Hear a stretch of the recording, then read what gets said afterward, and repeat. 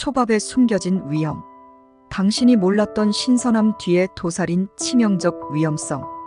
초밥은 전 세계적으로 사랑받는 일본 요리 중 하나로 신선한 생선과 해산물을 재료로 사용하여 만들어집니다. 초밥은 그 독특한 풍미와 다양한 맛으로 인해 미식가들 사이에서 높은 인기를 누리고 있으며 많은 이들이 초밥을 특별한 식사로 즐깁니다. 하지만 이 신선한 요리 뒤에는 잘 알려지지 않은 여러 가지 위험이 도사리고 있습니다. 이번 글에서는 초밥의 잠재적인 위험성, 이를 예방하기 위한 안전한 섭취 방법, 그리고 초밥을 보다 건강하게 즐길 수 있는 팁에 대해 심도 있게 알아보겠습니다. 1. 초밥의 기본 개념과 인기 요인. 초밥은 주로 식초로 간을 한 밥에 생선이나 해산물, 채소 등을 얹어 만드는 요리입니다. 가장 일반적인 초밥 종류로는 니기리 손으로 쥔 초밥, 마키마리 초밥, 사시미회 등이 있습니다. 초밥은 간단하면서도 정교한 맛의 조화가 특징으로 일본뿐만 아니라 전 세계적으로 인기를 얻고 있습니다. 그 신선한 맛과 다양한 재료 조합은 초밥이 세계적인 음식으로 자리 잡게 된 중요한 이유입니다. 초밥은 일반적으로 건강에 좋은 음식으로 간주되며 고단백, 저지방, 저칼로리 식단의 일환으로 자주 섭취됩니다. 또한 오메가-3 지방산이 풍부한 생선을 사용하여 심혈관 건강에 도움을 줄 수 있습니다. 그러나 초밥의 이러한 이점 뒤에는 잘 알려지지 않은 위험 요소들이 존재합니다. 초밥을 안전하게 섭취하기 위해서는 이러한 위험을 이해하고 적절히 대비하는 것이 중요합니다. A. 초밥의 잠재적인 위험성. A. 식중독과 세균 감염. 초밥의 주요 재료인 생선과 해산물은 조리되지 않은 상태로 제공되기 때문에 식중독의 위험이 있습니다. 특히 생선과 해산물에는 비브리오균, 노로바이러스, 리스테리아균 등 다양한 병원성 세균이 존재할 수 있습니다. 이러한 세균은 해산물에서 자연적으로 발생하거나 부적절한 처리와 보관 과정을 통해 오염될 수 있습니다. 비브리오균은 주로 해산물에서 발견되며 섭취 시 심각한 위장염을 일으킬 수 있습니다. 비브리오균에 감염되면 복통, 설사, 구토 등의 증상이 나타날 수 있으며 면역력이 약한 사람에게는 폐혈증으로 발전할 위험도 있습니다. 노로바이러스는 겨울철 해산물에서 흔히 발견되며 감염 시 급성 위장염을 일으킬 수 있습니다. 노로바이러스에 감염되면 구토, 설사, 복통 등이 나타나며 전염성이 매우 강해 집단 감염으로 이어질 수 있습니다. 리스테리아균은 주로 냉장 상태에서 번식할 수 있으며 임산부, 노인, 면역력이 약한 사람들에게 특히 위험합니다. 감염 시 심각한 합병증을 초래할 수 있으며 특히 임산부에게는 유산이나 조산의 위험을 증가시킬 수 있습니다. B. 기생충 감염 위험. 초밥을 구성하는 생선에는 기생충이 존재할 수 있습니다. 가장 흔히 발견되는 기생충으로는 고래회충의 ENISAKIS이 있으며 이는 특히 생선을 생으로 섭취할 때 문제가 될 수 있습니다. 고래회충에 감염되면 급성 복통, 구토, 알레르기 반응 등을 일으킬 수 있으며 경우에 따라서는 내시경적 제거가 필요할 정도로 심각한 상태를 초래할 수 있습니다.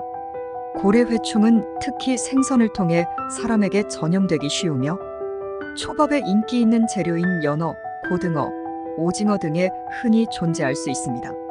감염된 생선을 섭취할 경우 고래회충은 위장관에 침투하여 염증을 일으키며 심할 경우 장폐색을 일으킬 수 있습니다. C. 중금속 오염. 해양 오염으로 인해 초밥에 사용되는 생선과 해산물에 중금속이 축적될 수 있습니다.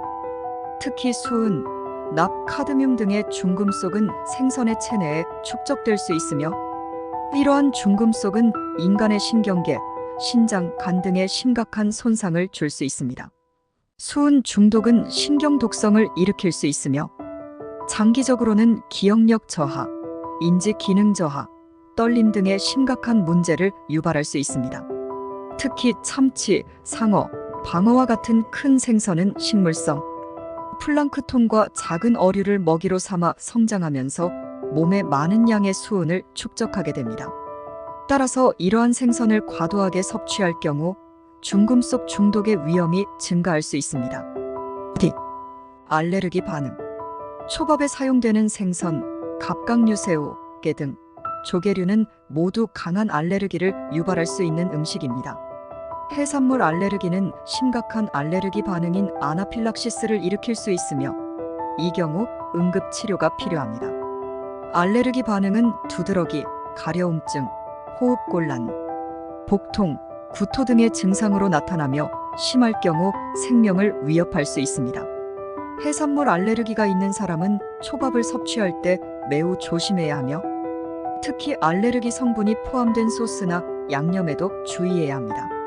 식당에서 초밥을 주문할 때 알레르기 성분을 미리 확인하고 알레르기를 일으킬 수 있는 재료가 포함되지 않은 초밥을 선택하는 것이 중요합니다. 3. 초밥을 안전하게 섭취하는 방법. 초밥의 잠재적인 위험성을 최소화하기 위해서는 신선한 재료 선택, 위생적인 조리 과정, 적절한 보관 방법 등이 필요합니다. 다음은 초밥을 안전하게 섭취하기 위한 몇 가지 방법입니다. A. 신선한 재료 선택. 초밥을 만들 때 가장 중요한 것은 신선한 재료를 사용하는 것입니다. 신선한 생선은 눈이 맑고 투명하며 살이 탄탄하고 특유의 해산물 향이 납니다.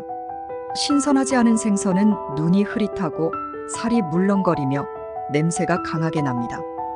생선이 신선하지 않다면 식중독과 기생충 감염의 위험이 크게 증가합니다. 초밥 재료로 사용되는 생선과 해산물은 반드시 냉장 상태에서 보관되어야 하며 가능한 한 조리 직전에 준비하는 것이 좋습니다. 생선을 손질할 때는 깨끗한 도마와 칼을 사용해야 하며 손을 자주 씻어야 합니다. 교차 오염을 방지하기 위해 생선을 손질한 도구와 다른 음식 재료를 사용하는 도구를 분리하는 것이 중요합니다. B. 급속 냉동을 통한 기생충 제거. 기생충 감염을 예방하기 위해 초밥 재료로 사용되는 생선을 급속 냉동하는 것이 중요합니다. 섭씨 -20도 이하의 온도에서 7일 이상 냉동하면 대부분의 기생충을 제거할 수 있습니다. 이 방법은 고래회충과 같은 기생충을 효과적으로 제거할 수 있는 방법으로 집에서 초밥을 만들 때 생선을 먼저 냉동시키는 것이 안전합니다. 상업적으로 판매되는 대부분의 생선은 이미 급속 냉동 과정을 거친 상태로 제공되지만 이를 확인하는 것이 중요합니다. 특히 가정에서 생선을 직접 구매하여 초밥을 만들 때는 반드시 급속 냉동 과정을 거치도록 해야 합니다. C. 위생적인 조리 과정. 초밥을 조리할 때는 위생적인 조리 과정이 필수적입니다. 조리도구와 손을 깨끗이 씻고 생선과 해산물을 다룰 때는 항상 위생적인 환경을 유지해야 합니다. 특히 생선과 해산물을 손질할 때 사용하는 도마와 칼은 다른 음식 재료와 분리하여 사용해야 하며 사용 후에는 반드시 깨끗이 세척하고 소독해야 합니다. 초밥을 조리할 때는 신선한 재료를 사용하더라도 준비 과정에서 오염이 발생하지 않도록 주의해야 합니다. 초밥을 만드는 과정에서 사용된 재료나 도구가 다른 음식에 접촉하지 않도록 하고 조리 과정에서 손이 오염되지 않도록 자주 씻는 것이 중요합니다. D. 적절한 보관 방법. 초밥은 신선한 상태에서 섭취하는 것이 가장 안전하며 오래 보관하면 미생물이 증식할 수 있습니다. 초밥은 가능한 한 조리 후 즉시 섭취하는 것이 좋으며 남은 초밥은 섭씨 5도 이하의 냉장고에 보관해야 합니다. 그러나 초밥은 냉장 보관 시에도 최대 24시간 이내에 섭취하는 것이 가장 안전합니다. 남은 초밥을 재사용할 때는 반드시 냉장고에서 꺼낸 후 바로 섭취해야 하며 상온에서 오래 두지 않도록 주의해야 합니다. 냉장고에서 꺼낸 초밥은 미생물이 증식할 가능성이 있으므로 보관 기간이 길어지면 섭취를 피하는 것이 좋습니다. 4. 건강을 위한 초밥 섭취 팁. 초밥을 안전하게 즐기면서도 건강을 유지할 수 있는 몇 가지 팁을 소개합니다. A. 저염 소스를 사용. 초밥에 자주 사용되는 간장이나 간장 기반의 소스는 염분이 많아 과다 섭취 시 고혈압, 신장 질환 등을 유발할 수 있습니다. 저염 간장을 사용하거나 소스 사용을 최소화하여 염분 섭취를 줄이는 것이 좋습니다. 초밥을 찍어 먹을 때는 간장을 소량만 사용하고 생강이나 와사비 등 다른 양념을 곁들여 맛을 조절할 수 있습니다. B. 다양한 종류의 초밥 섭취. 초밥을 즐길 때 다양한 종류의 생선을 섭취하는 것이 중요합니다. 특정 종류의 생선에만 집중하지 않고 참치, 연어, 광어, 방어 등 다양한 생선을 섭취하면 중금속 축적을 줄이고 다양한 영양소를 고르게 섭취할 수 있습니다. 특히 큰 생선보다는 작은 생선을 선택하는 것이 중금속 오염 위험을 줄이는 데 도움이 됩니다. C. 채소와 곁들여 섭취. 초밥을 섭취할 때는 채소를 함께 먹는 것이 좋습니다. 채소는 식이섬유와 비타민, 미네랄이 풍부하여 소화를 돕고 영양소의 균형을 맞출 수 있습니다. 특히 샐러드나 신선한 채소를 곁들여 먹으면 초밥의 단백질과 오메가-3, 지방산과 함께 더욱 균형 잡힌 식사를 할 수 있습니다. D. 적정량 섭취.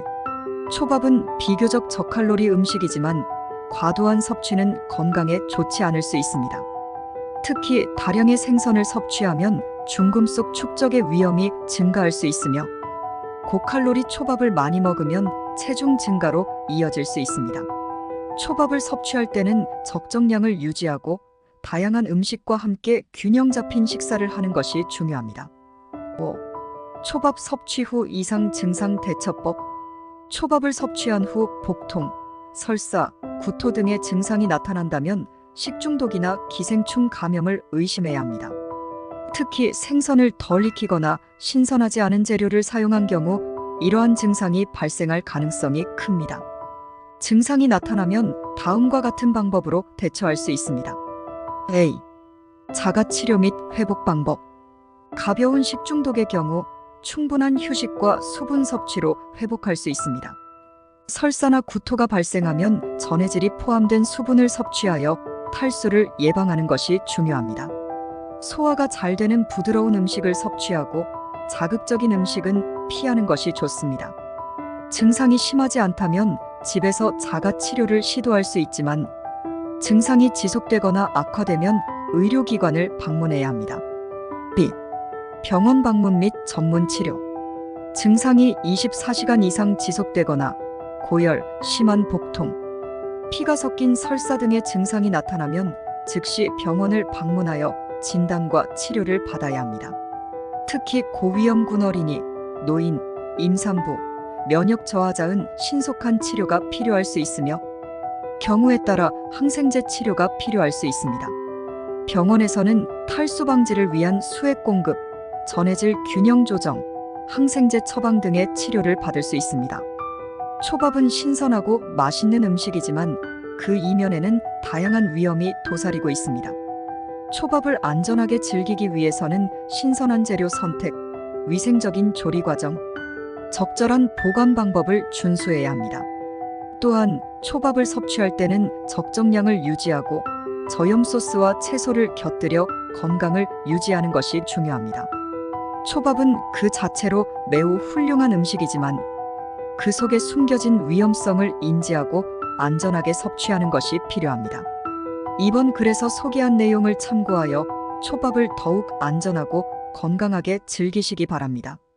초밥을 맛있고 건강하게 즐기면서도 잠재적인 위험을 예방하여 건강을 지키세요.